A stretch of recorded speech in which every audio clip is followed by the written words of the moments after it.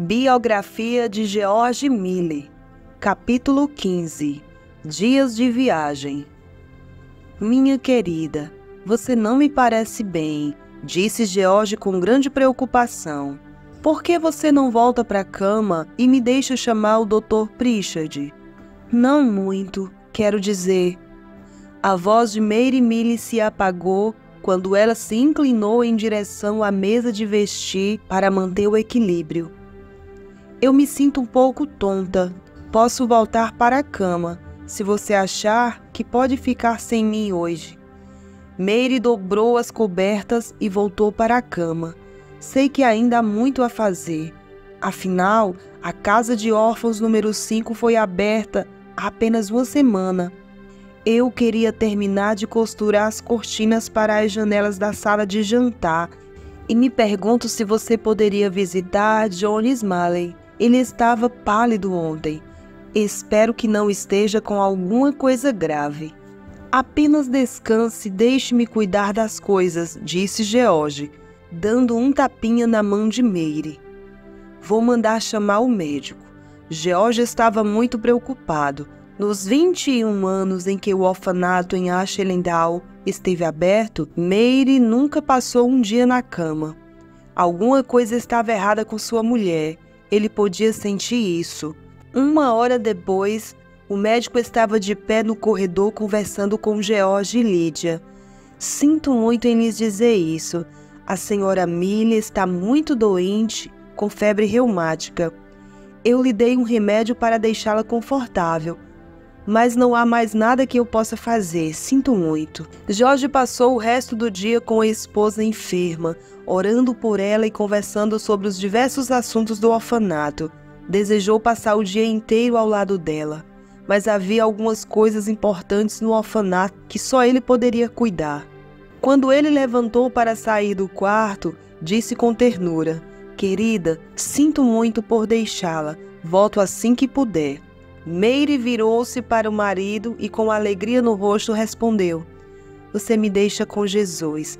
No dia seguinte, domingo, 6 de fevereiro de 1870, Mary Miller morreu, deixando George, Lydia e 2.000 órfãos para pranteá-la. 5 dias depois, George realizou o culto fúnebre na Capela Bethesda. Ele falou sobre o amor dela aos órfãos e a respeito do trabalho duro que ela realizara por eles durante 34 anos. Ele pregou uma pequena mensagem baseada em Salmo 119:68. Tu és bom e fazes o bem. Não houve quem não chorasse no momento em que ele terminou de falar da gratidão a Deus por lhe dar uma esposa tão maravilhosa durante 39 anos e 4 meses. O culto fúnebre foi um dos maiores que Bristol já viu.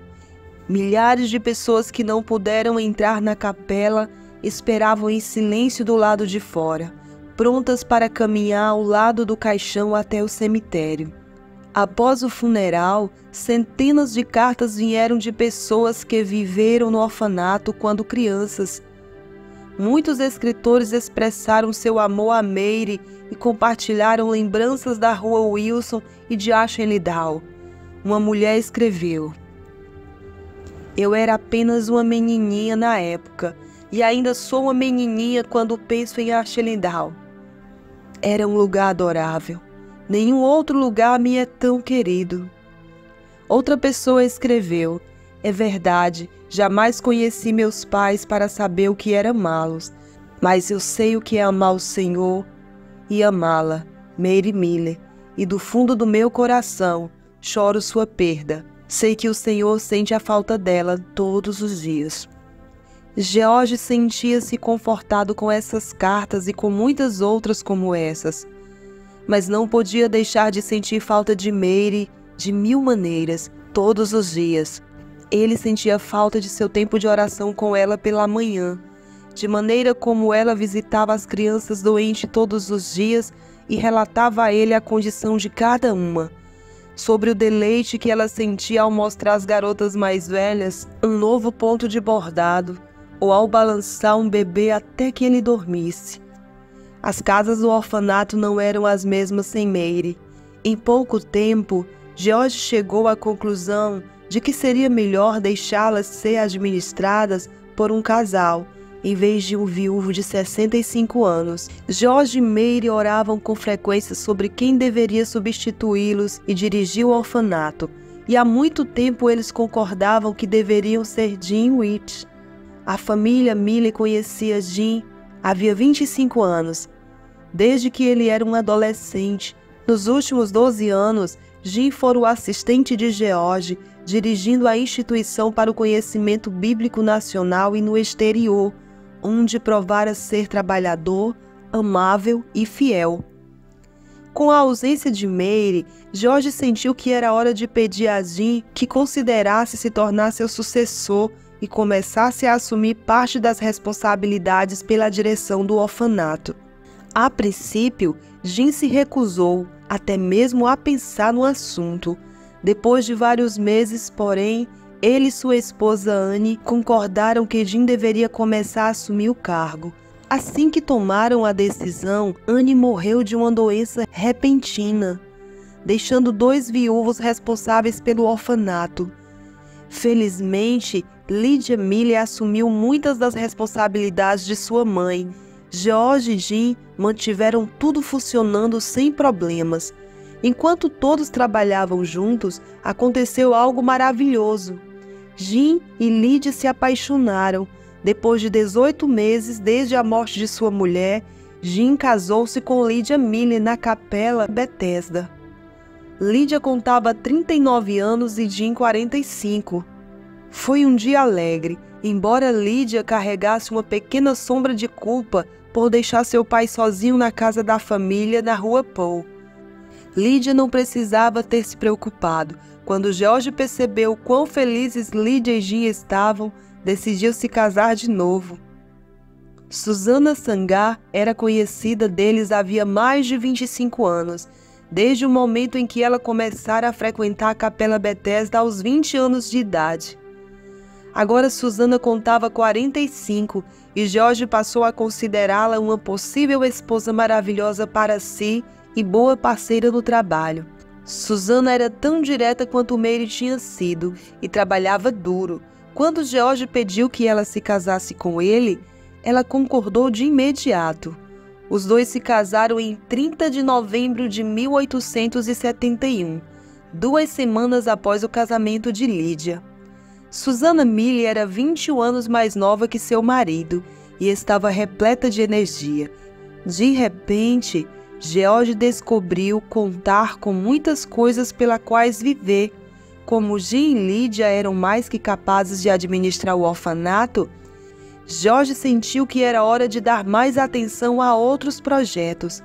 Ele era bem conhecido como excelente pregador no sul da Inglaterra e haviam implorado a ele várias vezes para pregar em alguns dos maiores encontros cristãos da época. Na primavera de 1875, George e Susana começaram uma breve turnê de pregação pela Inglaterra. Embora George já estivera com 70 anos, ele nunca se sentira mais saudável. Ele pregou para Charles Spurgeon no famoso Tabernáculo Metropolitano. Pregou em reuniões ao ar livre, nas capelas de outros irmãos e em outras igrejas ao redor do país.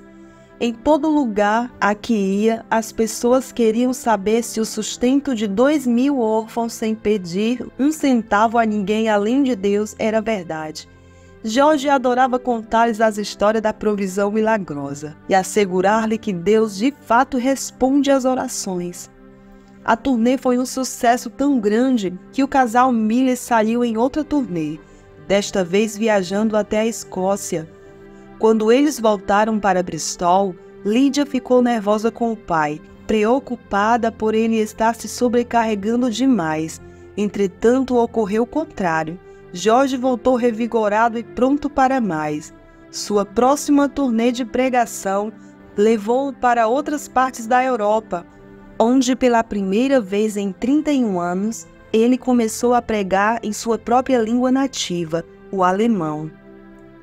Multidões se reuniam onde George pregava. Em Berna, na Suíça, 2.000 pessoas foram ouvi-lo. Membros da realeza europeia também compareceram, incluindo-se várias das filhas da rainha Vitória, casadas com príncipes europeus. Capaz de falar 6 idiomas com fluência, George raras vezes precisava de tradutor ao pregar. Na primavera de 1877, George Milne voltou à Universidade de Halle, onde chegara como estudante 52 anos antes. Ele foi convidado a pregar no orfanato de Frank, onde ficou por um tempo. Enquanto mostrava à esposa os pontos turísticos da cidade, George foi tomado por recordações. Lembrou-se do tempo desperdiçado nas tabernas inglesas, do primeiro encontro cristão que frequentara e do Dr. Toluque, que foi o primeiro a sugerir sua candidatura à ida para a Inglaterra, a fim de aprender a se comunicar com os judeus. No seu caminho de volta para casa, George e Susana foram à Holanda conhecer um homem com quem George havia se correspondido durante muitos anos. Este holandês tinha sido tão inspirado pelo exemplo de George que havia iniciado o próprio orfanato em Nijmegen. Deu grande prazer a George falar com os 450 órfãos holandeses que recebiam cuidados como resultado de sua inspiração. Quando voltou para a Inglaterra, George havia pregado mais de 300 vezes. Assim, George chegou em casa e encontrou uma carta esperando por ele, convidando-o a ir a pregar na América do Norte. Ele tinha consciência da necessidade de descansar um pouco, mas não podia pensar em nada que desejasse além de estimular a fé dos cristãos. Enquanto descansava, Susana, em sua maneira usual, organizou o itinerário para ele. Em 23 de agosto de 1877, o casal embarcou num navio chamado Sardenha, com destino a Quebec, no Canadá, onde George deveria começar a turnê de mensagens. George aproveitou todas as oportunidades na viagem marítima para distribuir panfletos bíblicos e falar com a tripulação sobre a mensagem do Evangelho. Só quando o navio estava fora da costa de Terra Nova que suas palavras exerceram algum impacto sobre o capitão. Uma névoa grossa engolfou o navio, forçando-o a se arrastar com lentidão, com receio de bater na costa rochosa. Como resultado, o navio começou a atrasar a programação. Preocupado com o fato de não conseguir falar no primeiro compromisso, George dirigiu-se à ponte em busca do capitão. "Ah, aí está o senhor", George disse quando encontrou o capitão junto de um mapa na ponte. "Preciso lhe dizer que devo estar em Quebec até sábado à tarde." O capitão riu alto. "Ora, isso é impossível, Sr. Milne. Quem quer que esteja esperando pelo Senhor vai precisar entender que este navio está preso na neblina e não há nada que eu possa fazer a respeito." "Nesse caso", disse George com naturalidade, "se o Senhor não conseguir encontrar um jeito de chegar lá a tempo, pedirei a Deus para fazê-lo. Não perdi um único compromisso em 52 anos e não pretendo começar agora. Desça à minha cabine comigo e vamos orar juntos." O capitão pareceu surpreso demais, até para falar. George deixou a ponte e o capitão seguiu. Enquanto caminhavam para o convés, o capitão voltou à razão e protestou. "Mas qual é o ponto em orar? O nevoeiro é tão denso que não consigo ver a popa." Ele se inclinou sobre o trilho. "Examine por si mesmo, Sr. Milne." "Não preciso olhar", respondeu George, caminhando propositadamente para a escada. "Meus olhos não estão no clima, mas em quem o controla."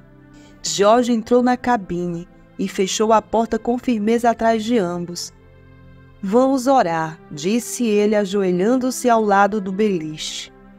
O capitão seguiu seu exemplo e sem jeito ficou de joelhos. "Querido Deus", começou George, "eu venho até a ti agora para pedir-te que faças o impossível. Sabes que preciso estar em Quebec até sábado e que a neblina nos tem prendido.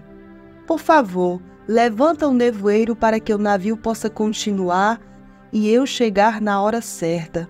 Amém. Jorge abriu os olhos e virou-se para olhar para o capitão. Querido Deus, começou o capitão, em uma voz trêmula e embaraçada. George colocou a mão no ombro do capitão. Não há necessidade de o Senhor orar, pois é evidente sua descrença na resposta divina à oração. Eu acredito que Deus já respondeu, disse ele. Com uma expressão grata no rosto, o capitão ficou de pé. Vá e abra a porta, instruiu George com um ar de certeza. Conheço meu senhor há 52 anos, e nesse tempo não consigo me lembrar de uma única vez em que ele não tenha respondido minhas orações. Posso garantir-lhe que o nevoeiro passou. O capitão caminhou até a porta da cabine e a abriu com cuidado. Olhou para o convés e depois voltou-se para George com o rosto pálido de choque. Ele se foi, ele disse. Sua voz mal soava pouco acima de um sussurro. Assim como o Senhor orou, o nevoeiro desapareceu. E assim foi. Não havia nenhum vestígio dele. No dia seguinte, o Sardenha atracou em Quebec, mas não antes de o capitão ter se tornado um cristão convertido. George desembarcou e teve muito tempo para chegar à primeira pregação a tempo. De Quebec, George e Susana desceram a costa até os Estados Unidos. George pregou cerca de 50 vezes na área de Nova York. Em Chicago, pregou no Tabernáculo de Moody, onde 7.000 pessoas se reuniram para ouvi-lo. Ao longo do caminho, quase não entrou em uma cidade sem encontrar um dos seus órfãos que haviam emigrado para os Estados Unidos. Em 10 de janeiro de 1878, às 9h30 da manhã, George e Susana Mille tinham um compromisso que ninguém gostaria de deixar passar. Eles foram convidados pela Casa Branca para se encontrar com o presidente Rutherford Hayes e a sua senhora. Ficaram quase 1 hora. O presidente fez muitas perguntas sobre o trabalho em Bristol. George e Susana continuaram a jornada por trilhos e rios, indo até a Geórgia e percorrendo depois todo o caminho do Oceano Pacífico até São Francisco. Eles ficaram na Califórnia por 1 mês antes de voltarem lentamente para a costa leste. Em 27 de junho, quando embarcaram no Adriático para Liverpool, viajaram ao todo quase 32.000 quilômetros e George pregara mais de 300 vezes. A turnê seguinte de pregação levou George mais uma vez a outra parte da Europa. Então, em 1879, pelo fato de muitos cristãos americanos escreverem implorando que George voltasse, o casal Mille partiu para os Estados Unidos mais uma vez. George contava agora 74 anos de idade, mas se sentia melhor que no período em que tinha metade dessa idade. Em 1881, George e Susana partiram em uma viagem de pregação que incluiu Egito, Palestina, Turquia e Grécia. Eles visitaram as pirâmides e escalaram o Monte das Oliveiras em Jerusalém. George pregou no Muro das Lamentações. Em todos os lugares aonde foram, partilharam a mensagem do Evangelho e entregaram exemplares do Novo Testamento em muitos idiomas. Nos anos seguintes, as viagens da família Mille cobriram a China, Hong Kong, Índia, Itália, Austrália e Nova Zelândia. Na Nova Zelândia, George visitou William Reed, o órfão londrino, e ficou com ele, o menino que deveria se tornar aprendiz de moedor de farinha. William emigrara para a Nova Zelândia, onde agora era um dos ministros metodistas mais amados do país. Em certo ponto, o casal Mille encontrava-se acomodado em um trem lotado a caminho da cidade de Dunedin, na ilha do sul da Nova Zelândia. O homem no banco do lado oposto ao deles estava totalmente absorvido na leitura de um jornal em suas mãos. De vez em quando ele lia um artigo em voz alta para entreter ou informar os outros passageiros. À medida em que o trem passava pela paisagem ondulante da Nova Zelândia, o homem começou a ler em voz alta. Reverendo George Mille está prestes a agraciar a cidade de Dunedin com uma visita. Ele e a senhora Millie estiveram em uma extensa viagem pela Nova Zelândia, compartilhando sua fé e sua crença no fato de Deus ouvir e responder às orações de seus filhos. Na realidade, parece verdade, pois desde... O homem parou de ler a reportagem no meio do assunto e olhou por cima do jornal com grande convicção. Ele disse: "Eu daria quase qualquer coisa para vê-lo." Você está olhando para ele. Eu sou George Miller, disse George com calma para o espanto do homem. George passou o resto da jornada respondendo às perguntas dos passageiros e convidando as pessoas para que o ouvissem falar no Garrison Hall, em Dunedin. O casal Miller foi para a Índia em janeiro de 1890, quando recebeu notícias tristes via telegrama de seu genro. A filha morrera de forma inesperada aos 57 anos. George e Susana se dirigiram a Mumbai para aguardar o retorno à Inglaterra. Mesmo em sua angústia, George Miller nunca deixou passar a oportunidade de pregar e dizer às pessoas sobre Deus.